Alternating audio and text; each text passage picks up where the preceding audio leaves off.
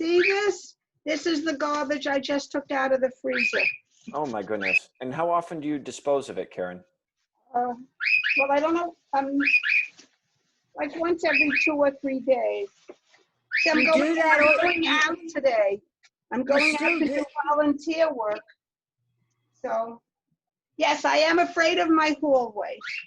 Oh, wow. I told my therapist, I am afraid of my hallway. I was always afraid of my elevators because I'm claustrophobic, but now I'm afraid of my hallway. My name is Cory Michael Herman. I'm the director of the Alliance Stage Company, an incredible group of older adults at the Educational Alliance's Weinberg and Sarovich Centers who participate in a weekly senior theater program located on Manhattan's East Village and Lower East Side. And for the last 8 months, virtually. Members range in age from 60 to 97, and since the start of the pandemic, all of them have logged in to attend online classes. As you can imagine, this was easier for some than others. We had one member start quarantine alone in her New York apartment with only a rotary telephone. With the help of social programs, she now has a cell phone that allows her to dial in and participate in our Zoom classes. Over the last 32 weeks, the Alliance Stage Company has explored what theater really means while redefining it for a virtual platform. Members have recorded digital theater pieces, performed virtually for other senior centers, written monologues and poetry about their life during COVID-19, filmed public service announcements encouraging New Yorkers to complete the 2020 census and to vote. They've also started social media pages and participated in remote field trips to watch NYU students from the Stella Adler Studio perform Shakespeare. The experience has been a powerful lesson in how older adults can learn new tricks when provided the proper devices and instruction, how art is a valuable creative outlet for our community affecting positive change, how these acting classes have served as a reduction of social isolation, connecting members to friends and family, and how technology has allowed older adults to stay civically engaged. There are specific anecdotes I could share, but I think it's best for you to hear them and these stories from the members themselves and in their own words. My name is Karen Edka Makower. This is baby Cutie, and I live on what used to be the Lower East Side of New York City, but now it's called Chinatown. Before the virus, I used to do a lot of live theater. That was what I did. I went to all the matinees, Wednesday, Saturday, and Sunday, and sometimes even in the evening. Well, when the virus hit, that was it. That was the end of live theater. So I started watching live theater on the computer. But you know, it wasn't really live. It was productions that had been recorded earlier, sometimes years earlier. They look live, but they're not. And then I saw an advertisement for a reading for a play called 'Tis a Pity She's a Whore. And it said it was going to be done live. So I zoomed in. And I saw it was being done on Zoom. Sometimes there were 2 actors, sometimes there were 5 actors, sometimes there was only 1 actor. And I looked at it and I looked at it and I thought, we can do this. My acting group, it's Cory's acting group. Cory is the leader of our actor group. That we can do this. We can perform on Zoom. I thought we'd perform live, but so far we've only been performing pre-recorded, but that's okay. So I called Cory and I called Kendall, who's the leader of our Newark senior group. Newark is naturally occurring retirement community, our Newark senior group, and they both thought it was a great idea, got them together, and the rest is history. My name is Diana Leonessa. I live in the Lower East Side. And I want to say this is a poem, making costumes for a Zoom class while the coronavirus was happening. Okay. A ray of sunshine on the pumpkin patch gave birth to an idea that was about to hatch. Pumpkins come into life in the shape of a mask, but did not know it would be such a task. Running low on paints and supplies began to stress me out, but I was committed without a doubt. Managing to get to a store, I found what I needed and more. My next problem was getting the masks to everyone in class. I had a lot of help with that, thanks to the women who went to bat. My hands were done, my mind was clear. Success was ever so near. In spite of the coronavirus, it was worth every hour spent just to see their happy faces in the end. My name is Gail Bertini. I live in Chelsea area. I at the beginning of the pandemic, I know everybody was saying just wipe your hands, wash your hands, clean everything, but nobody was saying wearing masks. But my trend of thought was, doctors wear masks. They're not afraid that they're going to get the patient sick. They're afraid that the patients are going to get them sick. So I said, I feel I should wear a mask. But I asked everybody, where is a mask? Can you get a mask? No, that you don't really need them. But I felt I did. So, and we had to go out shopping to stores. And I know I didn't know what else to do. So I said to my son, do you know where we could get a mask? Is it just a hardware store have them? And he said, yes, Ma, they do because of paints and things like that. I said, could you get me some and rubber gloves?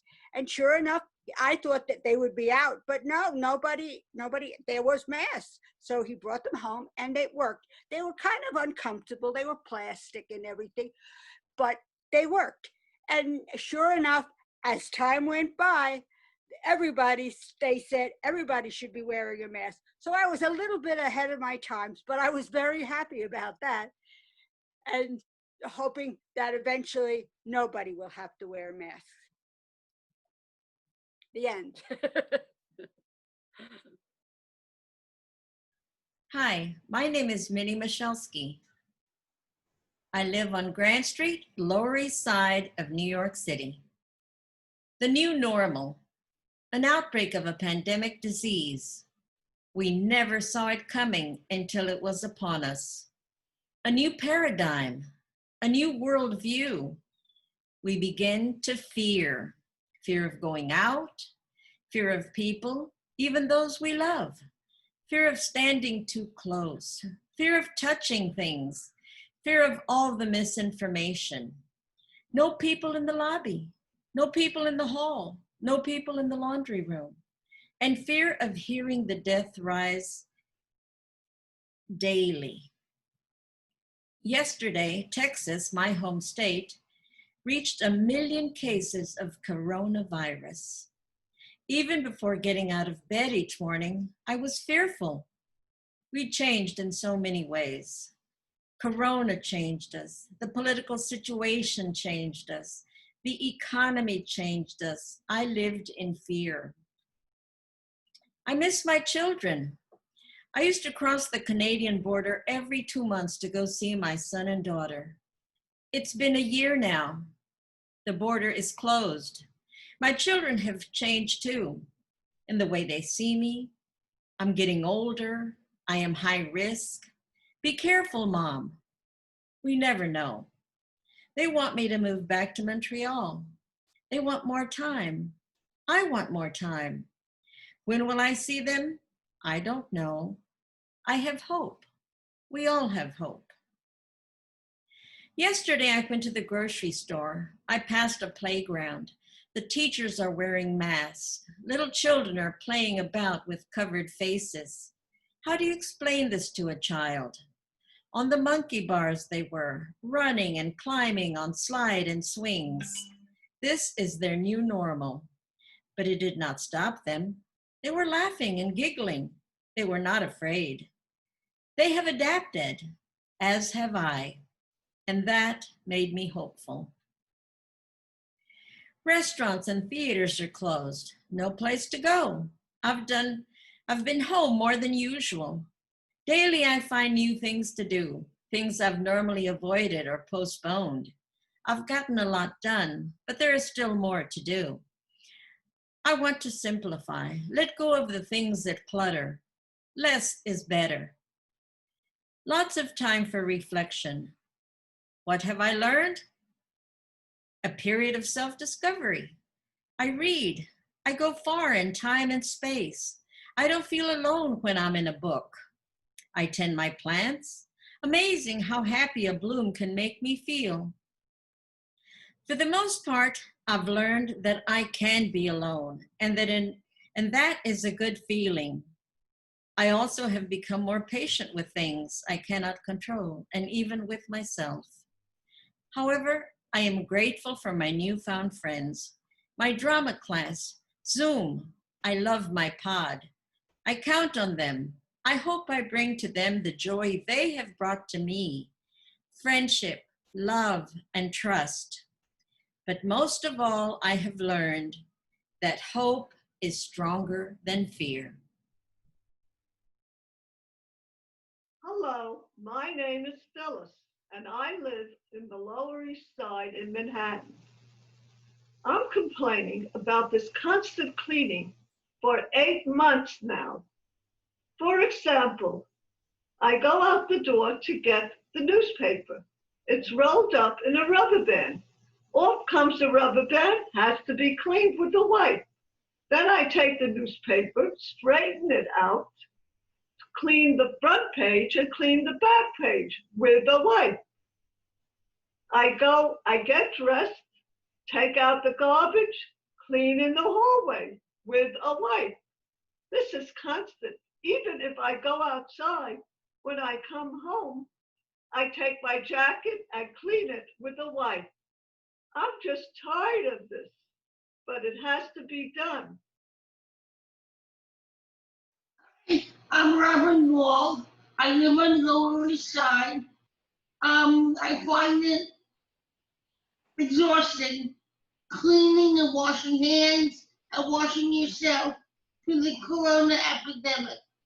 But it has to be done and you have to keep clean. So there's no two ways about it. For the washing the hands and yourself with the showers and all that is a lot. My name is Mary Anisha K. Williams. I live in Rosedale, Queens, New York. The weather's not too good today. Leaves everywhere. I have no trees, but I have leaves everywhere, and it's frustrating. What I really want to talk about is the virus that's going around. I'm home alone during the day. My daughter works. My grandson works. So I'm home alone. I was in the house. Everyone say, oh, why don't you go for a walk? Why don't you this and that? And I didn't want to do that. So when the gyms reopened, I started going to the gym. And now they're thinking about maybe closing them, but they said they would be, the gym I go to is a 24-hour gym, but it only opens to 9 o'clock, so maybe we're safe for a while, I don't know.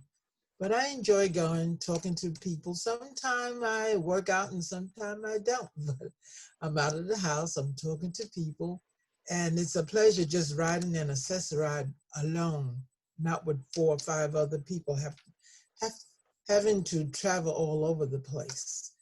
So that's about it. It's keeping me from sitting around the house and I've been doing this since March of 2020. Hi, my name is Barbara H. King. I live on the Lower East Side in the Grand Street Co-ops, practically all my life. And I want to talk about the experience of what life was like. 2 things. One, living on the Lower East Side during this pandemic, or living in the city, New York. And also, I decided to take on the position of a census taker.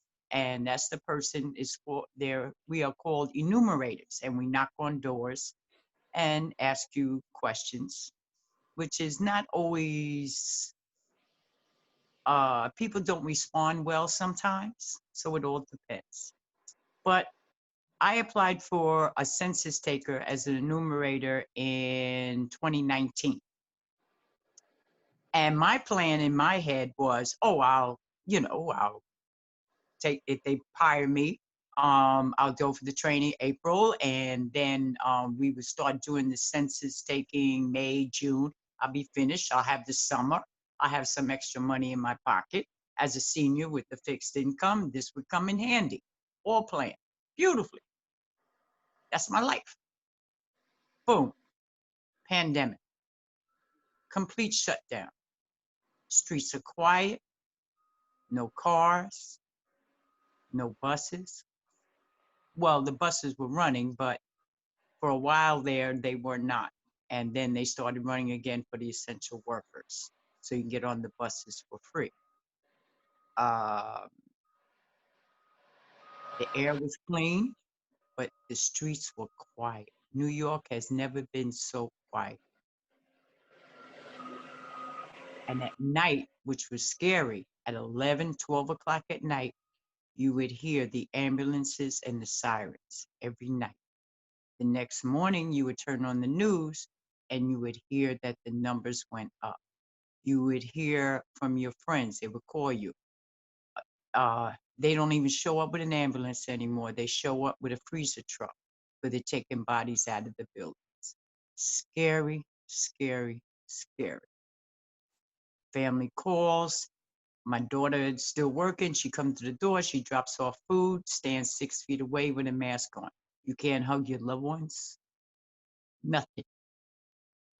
What do you do?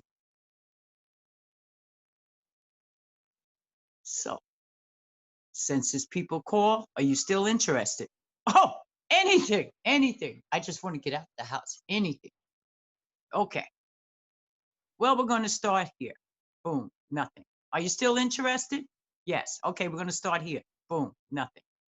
Taking the census and doing a census report became political. Really? Can we ask this question? No, we can't ask this question. Go to courts, go to courts. Then next thing you know, okay, now we're going to start.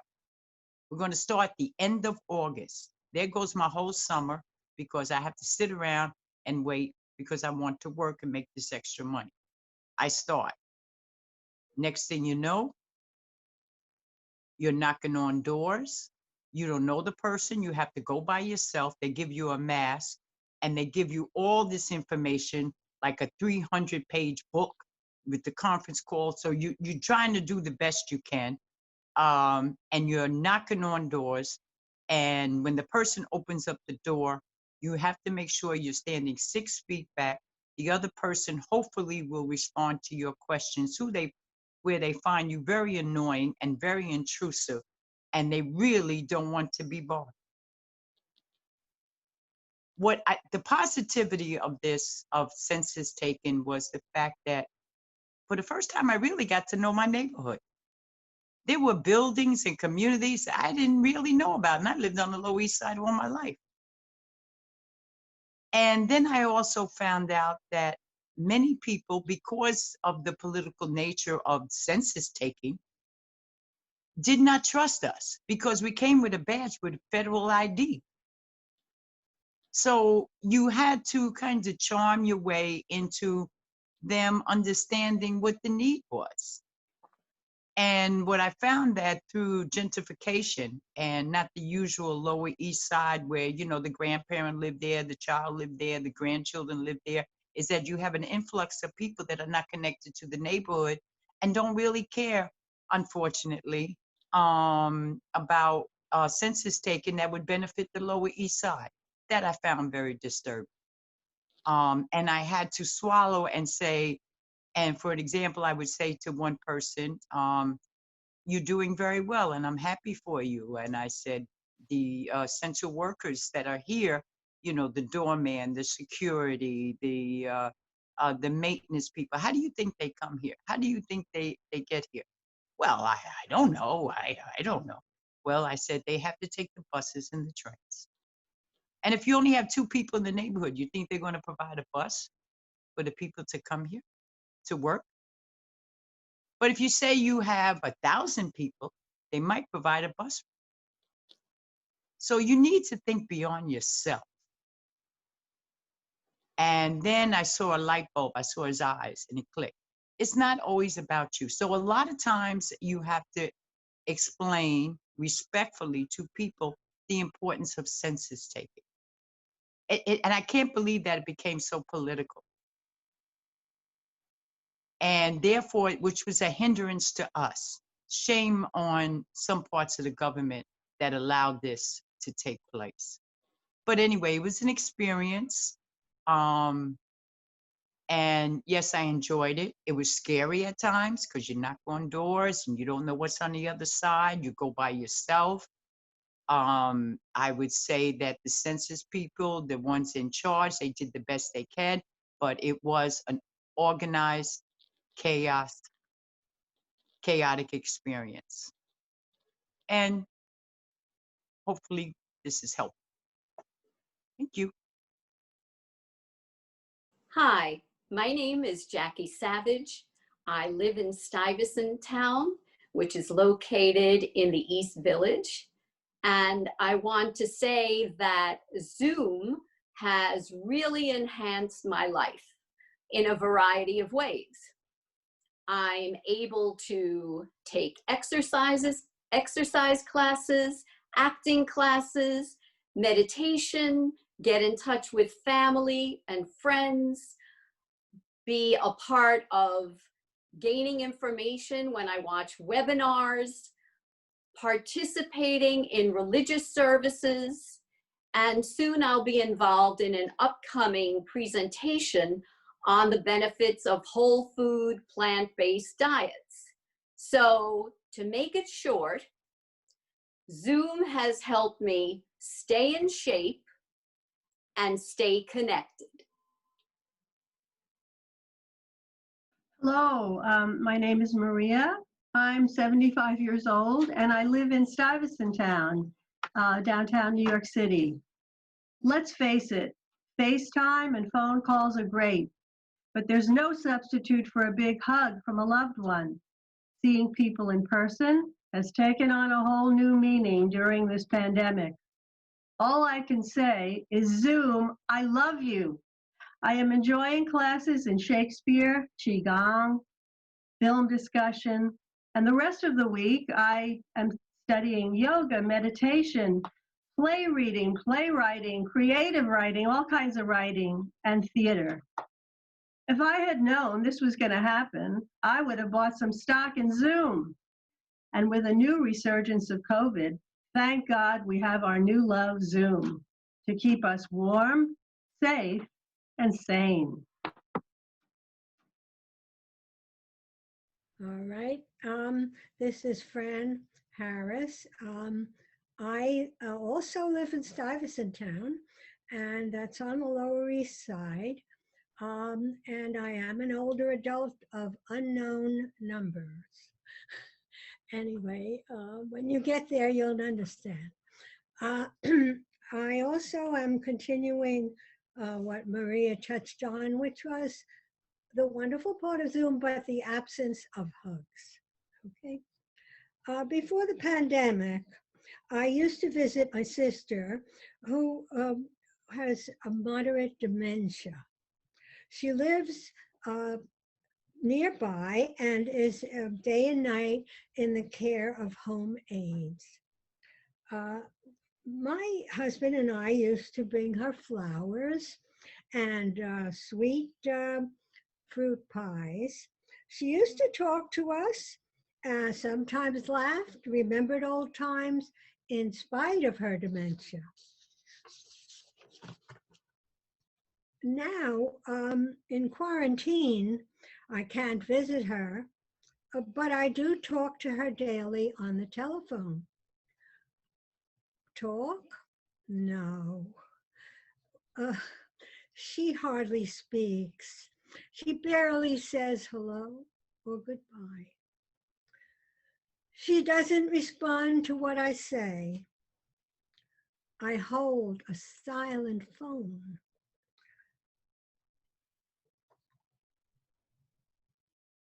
Isolation kills people as much as the virus does, wrote a headline in the New York Times recently, telling about severe depression in nursing homes among the elderly, the disabled, the very lonely of all ages. During the Second World War, many babies were in orphanages and they died of no apparent cause. They were fed and diapered, but not often held or hugged. It didn't seem important to the nurses. Psychologists discovered that touch is just as important as food and drink. Man does not live by bread alone. My sister Ray is declining, speaking less, withdrawing into her own world because she has no visitors, a world without visitors, without love. I still call her every day and hold the mostly silent phone. I hope that I can visit her again soon.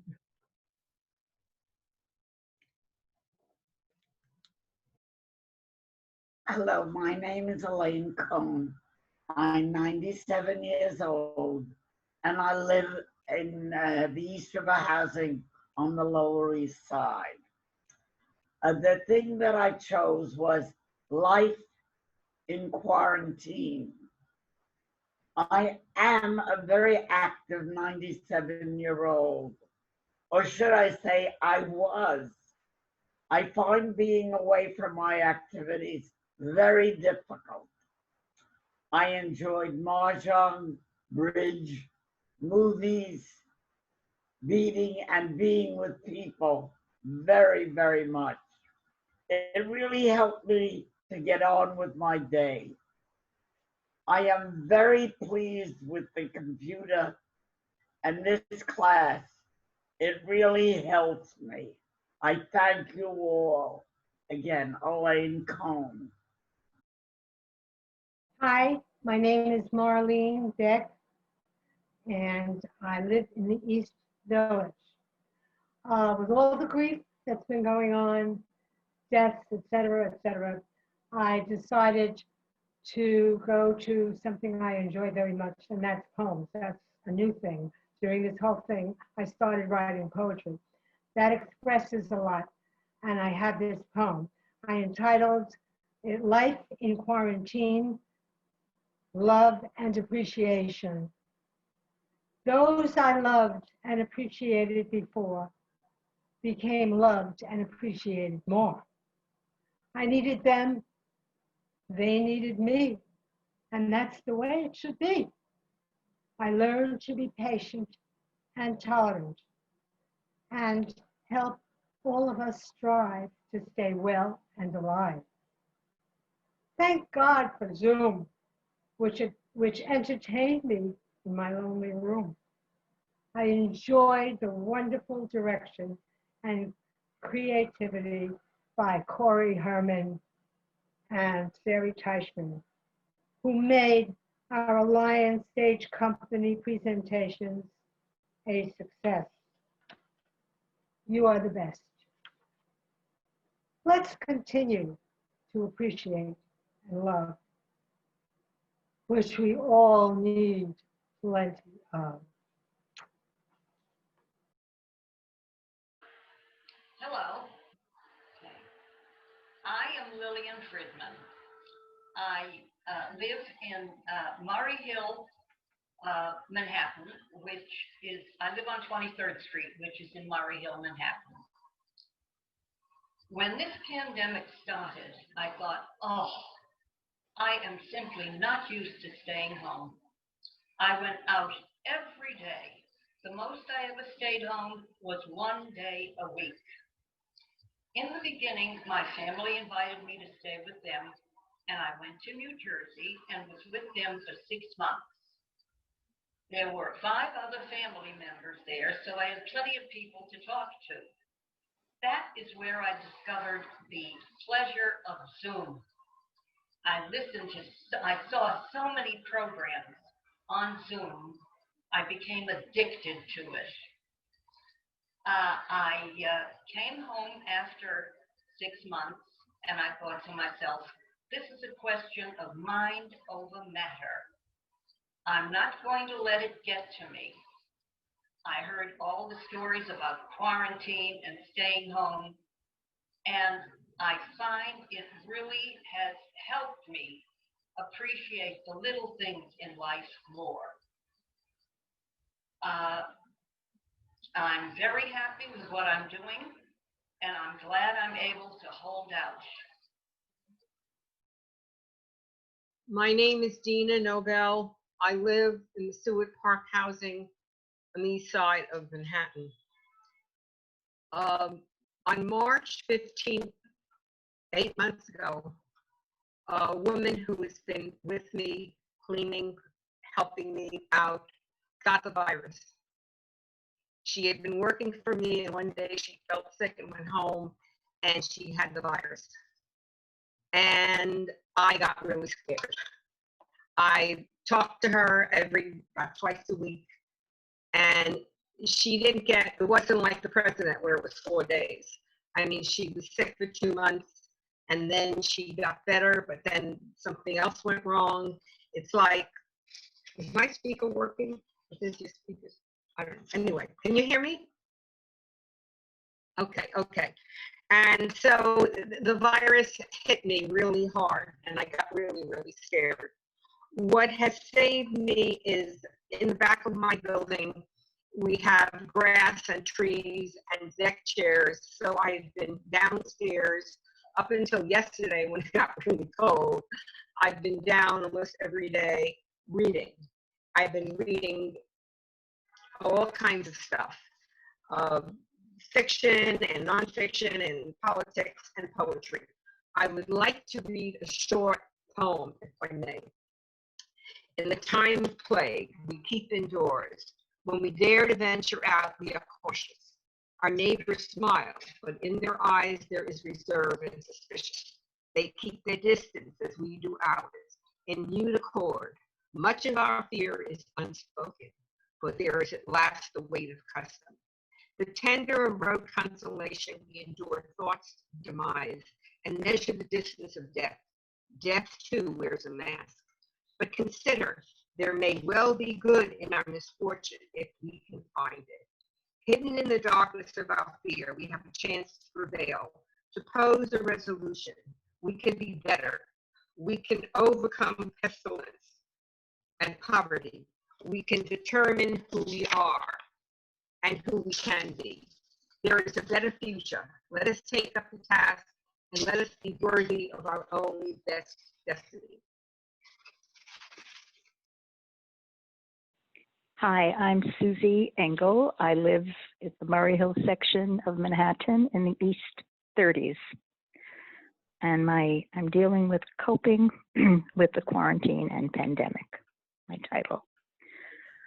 Both personally and professionally, as a trauma therapist, working with trauma and Alzheimer patients and caregivers, I'm using pre-pandemic approaches as well as new approaches in coping with this pandemic and the quarantine. The pandemic parallels Alzheimer's, indeed, life-threatening condition with terrifying, unexpected situations, often feeling there's no place to go. What I feel has been helpful is while being aware of our painful realities and the future, it's also important to stay in the now and be mindful and realize what we can control in our lives. For example, what's helped me is meeting friends safely for a walk or for coffee on a regular basis as part of a routine, and which I found that may help dealing with anxiety and depression. And it may also help alter our attitudes internally and help us in adapting behaviors and ways of doing things in new ways. I very much appreciate the activities through Zoom, such as our drama and vocal classes with Cory. And I've seen how favorable these phone and screen activities benefit people of all age groups, as well as people with Alzheimer's, such as the group I sing with, the Unforgettables, a choral group that is composed of caregivers and Alzheimer patients that meets weekly on Zoom. Recognizing our fears and dangers, as well as what makes us feel safe and okay, may also help to contain some of these fears and worries that surrounds us. Because I feel that the longer stress endures, the more likely it is to adversely affect our mental and physical health, and that it's important to be able to alter our routines and to focus on what we can control. Zoom, as I've said before, I think is wonderful, but is also what I feel is very important is to be able in a safe way, on a routine basis, to meet regularly face to face and have eye contact with people, and to recognize who and what are important in our lives and focus on those priorities. Thank you. Hi, my name is Susan. I'm 77. I live in Gramercy Park and love living in Gramercy Park. Okay, my story is the sadness COVID-19 has caused me and my family.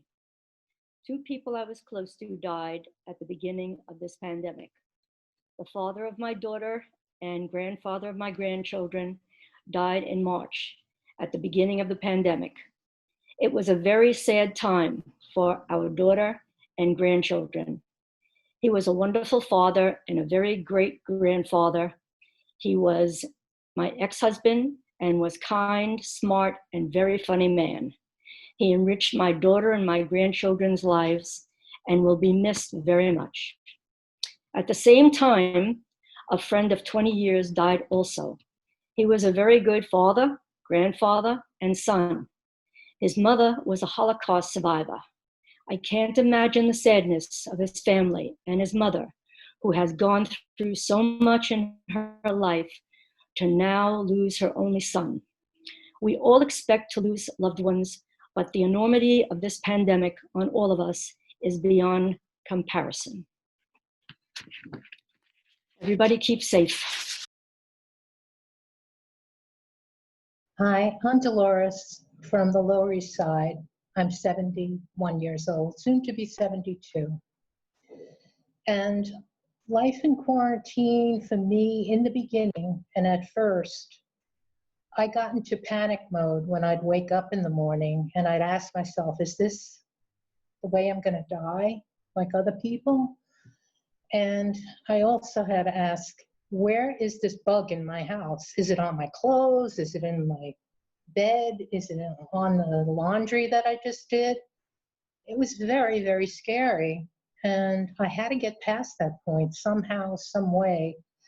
And luckily with Zoom and I'm so grateful for Saravich, the community center that I belong to, helped me get through it with the organization.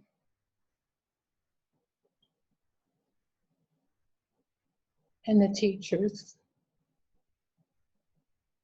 And I'm still learning. Thank you.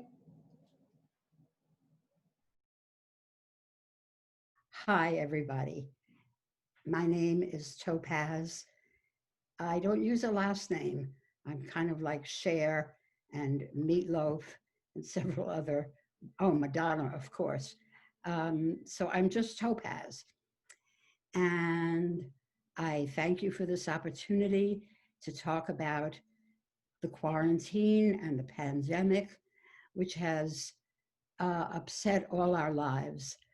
I feel very bad about Dolores, the previous speaker, and I understand we all go through moments during this quarantine where it's very upsetting and very depressing.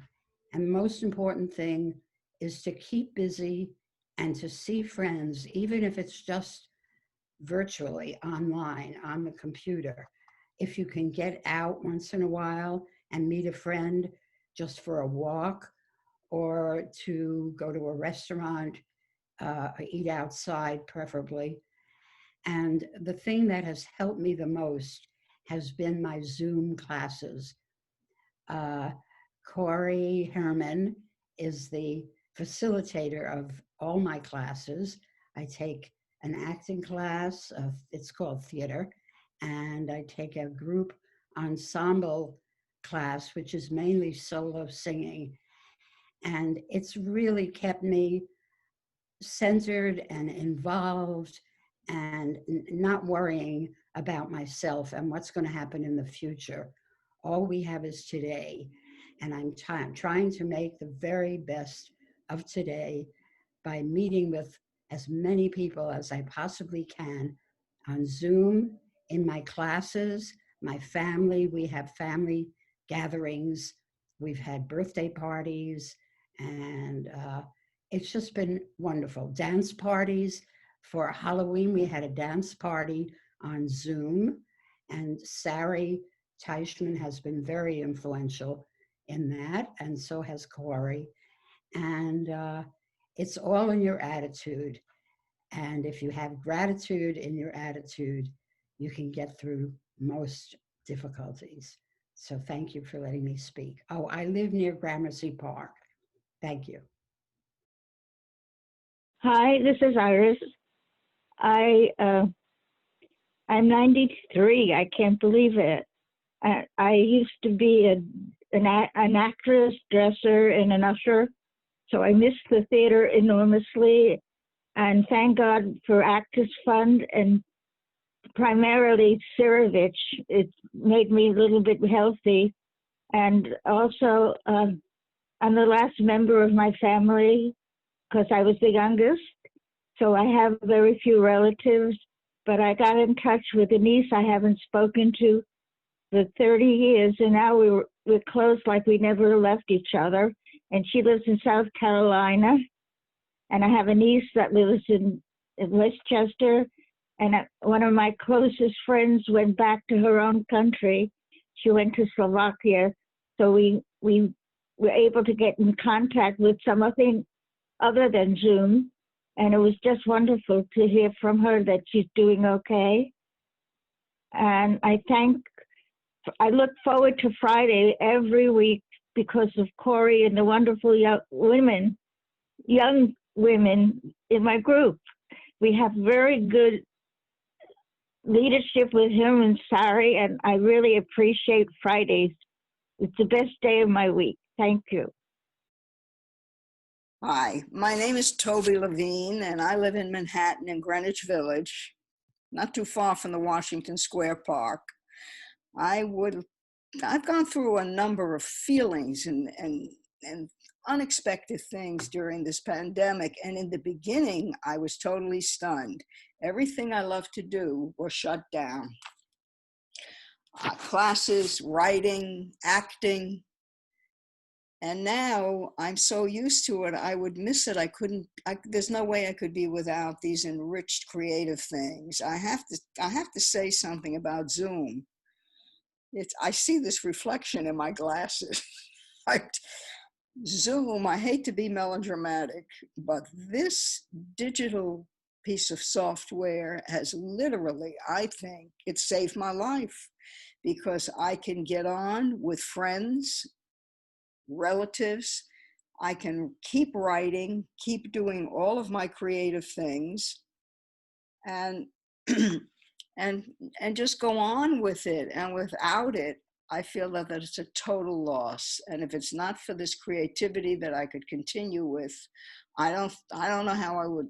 I honestly, I hate to sound like a dip downer, but I don't know how I would have survived. So thank all of you, the senior centers, the classes, And thank you, Zoom. Thank you. Hi, I'm Julia Iwaso. I'm 80 years young, and I live on the Lower East Side.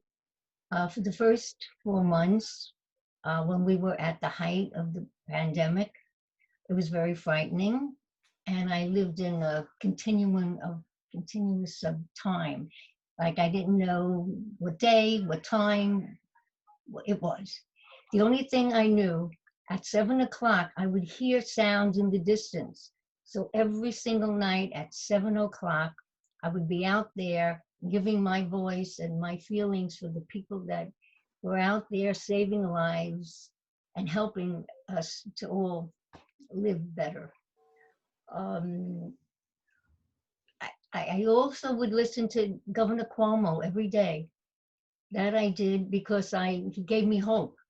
I felt he's not going to be bullied, and he will do what we have to do to get through this pandemic, and that was isolating and wearing masks, and we did it. New York did it, city.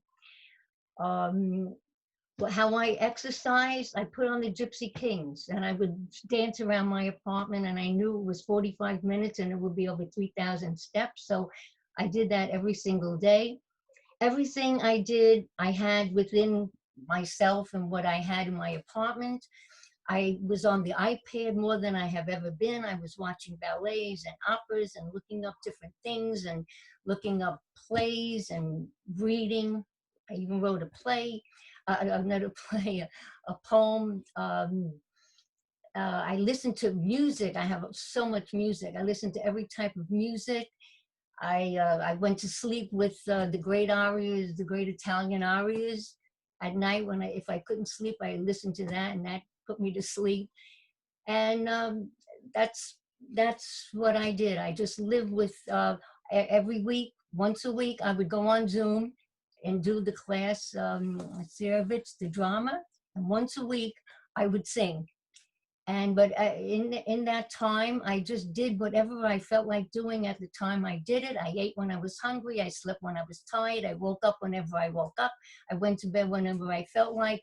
Didn't have a day, a time, anything. I just lived each moment and did exactly what I wanted to do in that time. That's how I went through it. And then I got out of that isolation by myself, and I started seeing my family. And I would go to my sons a little in Staten Island, and my daughter, which I'm here now in Ocean Grove, New Jersey. And I go on the beach, I walk, I don't walk on the boardwalk. No one here wears masks, but I wear a mask even on the beach, and there's hardly anyone there, but I walk every day. If it's not raining, I'm on the beach walking, and I come back and I can at least see my granddaughter and my daughter and my family now. And I have high hopes, big hopes, that we're going to be okay, because there's a new administration coming on January 20th, and they will find a way to get us all better with this epidemic, and it'll be a better world with this new administration. Hi, I'm Areerata Sudhasirikul. I'm 80 years old. I did not really believe it will happen to here, New York. On March 7th, my friend's daughter went to pick me up from her mother's house. Then I went to see doctor. My doctor, Amy Wong, gave me a pneumonia shot. I believe that helped me, save me. And I have to start to stay home, and I did not know how to do. So I listened to mayor and governor. Then I have food from the COVID-19. My friend want to send me food. I said no, because I don't want you to get the virus. And now I have the Zoom class from Phyllis Center. The first time I didn't even can talk because I stay by myself. I only listen. Now I try to pick up everything and I only thinking happiness. So I'm okay now. Hi, my name is Sonia Tovar. I am from South America. I live in the Lower East Side in Manhattan. And the topic I picked is the family. I'm going to start by saying that I thank God for the life He had given me. I start each day by praying for the air I breathe, for the food and shelter I get, and of course for my family and for everybody else. I thank God for my son and wife, for my beautiful 10-year-old grandson, and for a big and huge family I have. I am so thankful that everybody is good. God protected us from the pandemic. I am so sorry for those that don't listen. Come on, let's keep us together by doing the right thing, and so the family will grow. The families will grow. I hardly see my family very often because we live so apart. But we keep in touch through the phones and the internet. And also, my whole family gets together once a year on the 4th of July to celebrate the Independence Day. And when I end up in the hospital, which I did a few times, you will see all my family coming to see me. You can feel the love. That is why I am so grateful for the family I got. Thank you, my Lord, and bless them all. Good afternoon. My name is Helene. I'm 70 years old, and I live in Forest Hills, Queens. This is a prologue that I wrote that was added to a 1-minute countdown monologue that I had done in May. The countdown was entitled 7:00 p.m. in New York City. As the pandemic of 2020 exploded, the people on the front lines, medical, police, fire, bore the brunt. The hours, the deaths, the pain, physical and mental, became almost unbearable. Patients unable to be seen or touched by their loved ones. Personnel unable to go home for fear of spreading COVID. Nurses holding the hands of patients who would never go home.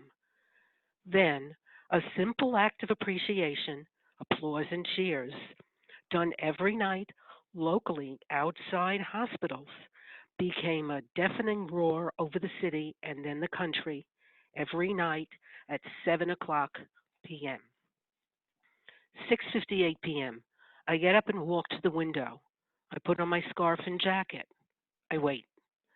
6:59 p.m. I open the window. I wait and listen. 7:00 p.m. It starts out with one yell, then another and another. The yells continue, then the applause, then the banging of pots and pans. I join in. I see people in windows across the street clapping, yelling, banging on pots and pans. People passing by applaud. People in cars honk and applaud. It's 7:00 p.m. in New York City. My name is Sarie. I live on the Lower East Side and I'm in my 60s. I like to think of myself as a junior senior. And I also help Cory run this wonderful program. So my theme is basically making friends around the world while staying safely in my living room. Overall, this pandemic really sucks. No kidding. The sickness and loss, the fears and anxiety, the intrusion on everyday life, the sickness, the virus. I mean, it's just been really difficult. And there's lots of losses.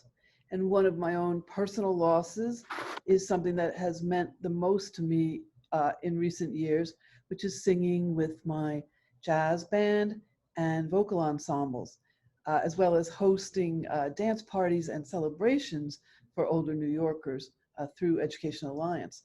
That life was basically gone in an instant. In fact, singing in groups is one of the #1 ways to spread the virus. Ditto parties. And technology doesn't really allow, even now, for making music with others remotely in real time.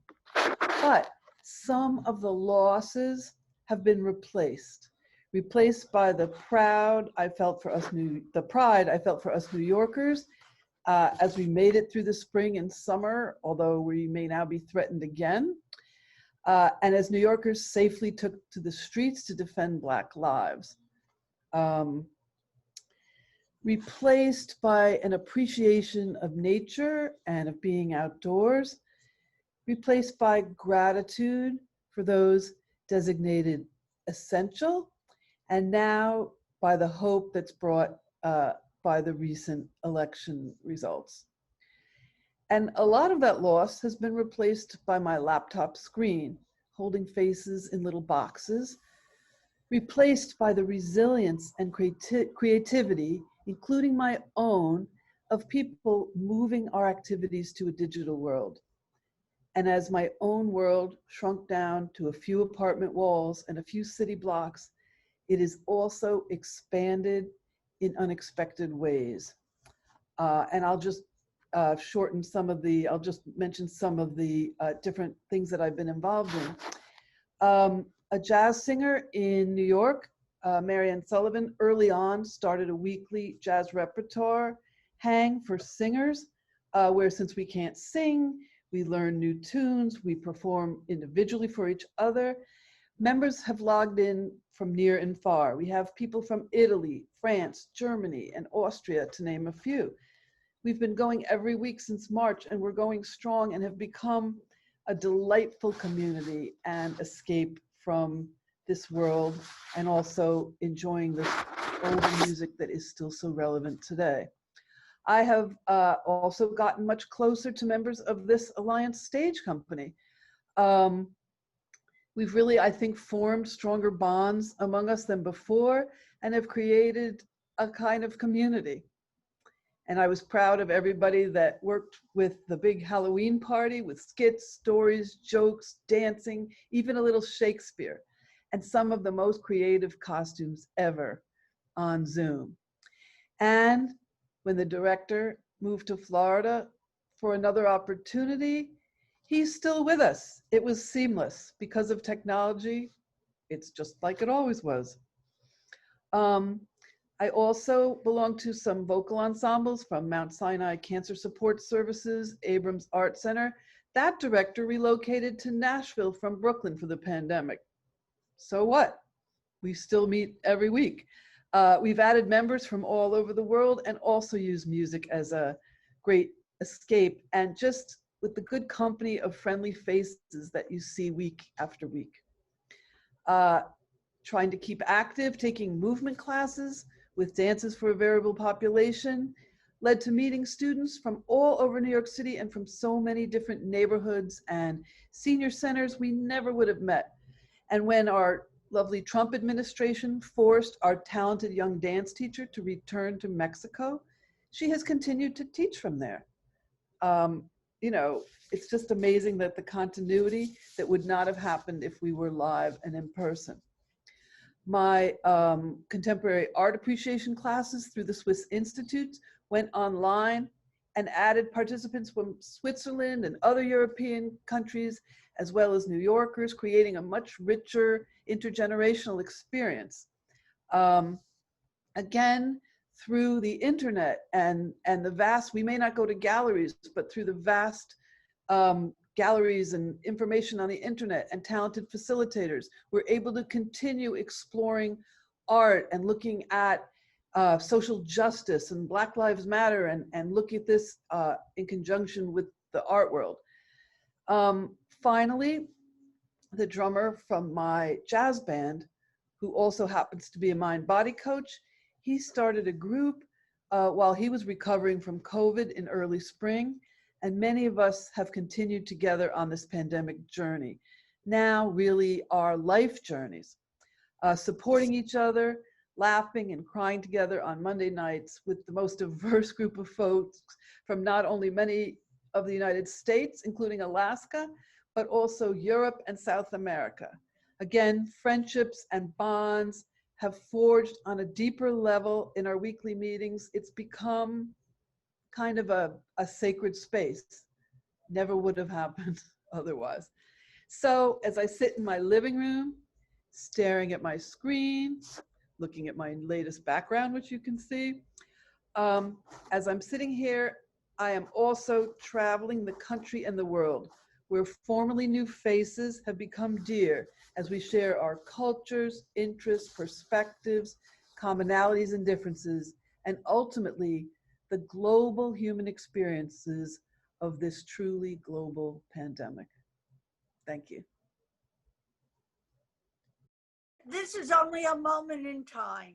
That's what I feel about this. Hopefully people have learned from this and take something, if anything positive, it's about maybe connecting with people more than we ever did before. And we never realized it before, but at this point, we all need each other. That human connection. Thanks for listening. Thank you. Thank you. Stay Dear hopeful. survivors. Be well. Get through this. Be strong. Carry on. Thank you. Thank you. Thank you for listening. Stay strong. Stay strong. This will pass.